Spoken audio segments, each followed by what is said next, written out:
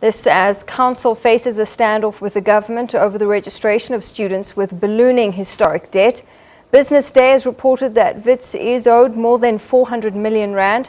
At the end of 2016, students owed 208 million rand, NSFAS 67 million rand, and donors who defaulted on pledges owed 46 million rand.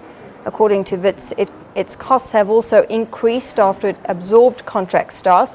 This meant that its operational costs ran up to 300 million rand a month. It's still not yet known if other institutions such as UCT, Stellenbosch and others are also experiencing the same problem. Jim? 18 or 19 years old. Now, according to policy, they can go back to school if they failed, and they can repeat, provided there's space in the school and the principal and the school can accommodate them, and they are under 21 years old. But as you know, when you're in matric, you think you're going to leave, you don't have plans to come back to school, so you don't want to go back to school. So we're looking at this cohort of learners who are different, who are not, they're not in school, they can't be in school again, and you have a host of other problems. So what this offers is different platforms. These learners have also not really been successful, and so we're looking at other platforms and other ways to teach them so that they'll be able to be more successful and complete. Okay, so it's not necessarily that they're going to go back and sit in the same classroom. No. Are we talking about online? How will it work? Yes, we're talking about these different platforms, as I indicated. The one would be broadcasting. So we have the OpenView HD channel that offers content, so they can watch the videos there. And then we have the digital, which is online, and they can go and watch that. And then, of course, Stellenbosch University offers the telematics program, which is offered throughout the country. And then we have the IBP program in the Free State. And so we have a host of these things that will be available. And we also will be doing lessons on the radio. So if these learners, or if people that have long since been to matric and are working, but they don't have their matric, it then gives them the opportunity to be able to do this at their convenience. Are you encouraging this? Do you think it's a worthy cause to come back? I do. I think it is. I think that your matric is so important, and hence, I suppose, all the media attention that it's received from the beginning of the year when results were released. And it is the gateway to people changing their lives, into improving their economy, and so many other things. And so I do believe that it's going to change people's lives. It must. This is different to progressed learners, because we now talk about progressed learners. They are given a chance to go to grade 12 even though they didn't pass grade 11. Is that the difference? So we're talking about now grade 12 who haven't progressed. Yes, we're talking there also about the progress learners that have now finished grade 12. So remember that with this phenomena, they write probably 3 or 4 subjects in grade 12 year.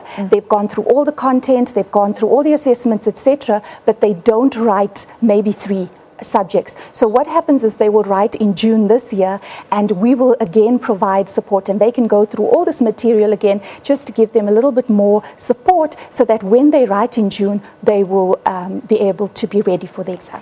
It was interesting, this whole thing about progressed learners, because less than a third passed, but I was speaking to analysts who were saying, well, in fact, they wouldn't have had the opportunity, and some of them got bachelor's degrees. So maybe that could be seen as positive.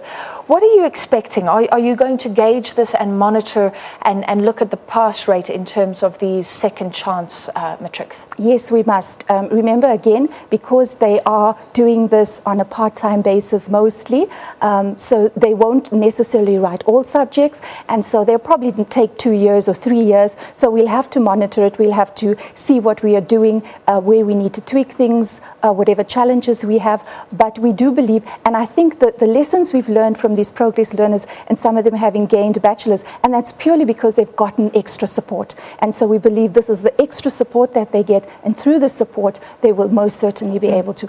But of course, it is the learner. At the end of the day, it is left to the person to be able to, we will provide the support, we will provide all the information that they need, but the learner has to sit down and actually go through the material. Of course. But I hear what you're saying about support as well. it does sound like they will have to, tune in to the broadcast, things like that.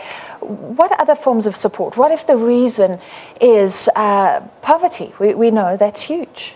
Okay, we have looked at that. Obviously, that is a very big concern. So what we have done is that we will be also offering, in addition to the digital, face-to-face classes for the progress learners in June, and then again for the November exam, and that will be mostly in rural and semi-rural areas. In addition, it is free. It doesn't cost anything for anyone to go through this program. Yes, digital has data costs, so we have looked at access points where there's no cost. So we have, for example, the Vodacom eSchool, where you don't pay data costs to utilize that, and the Vodacom centers, we have partnered with them, Zanzi Online Library Project, and so these young people can go to libraries and to these various other venues. The NYDA has an internet cafe, and we keep including and getting into partnerships where anyone will be able to go to these places and access, and so it's about access. And so if we find these access points, and I think young people will be interested in digital, in that kind of thing, because that's what excites them. Was the Education Department's Zarene Govender, who's the Program Manager for the Second Chance Matric Programme, speaking earlier on our Business News programme. We'll take a short break. I'll have a quick look at some business updates coming up after this.